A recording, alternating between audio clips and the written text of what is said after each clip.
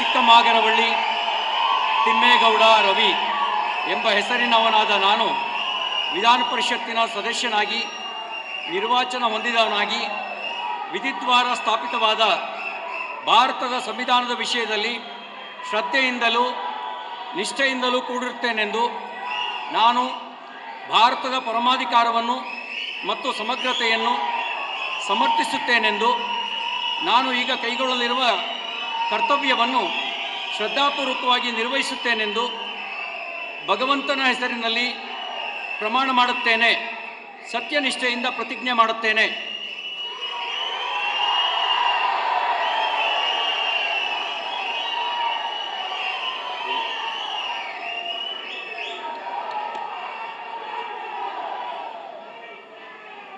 ಸತೀಶ್ ಚಂದ್ರನ್ ಅಡಿಕೆ ತಟ್ಟೆ ತಯಾರಿ ಬಿಸ್ನೆಸ್ನಲ್ಲಿ 17% ಲಾಭ ಗಳಿಸ್ತಿದ್ದಾರೆ. ನೀವು ಕೂಡ ಅವರಿಂದ ಕಲಿಬೇಕಾ?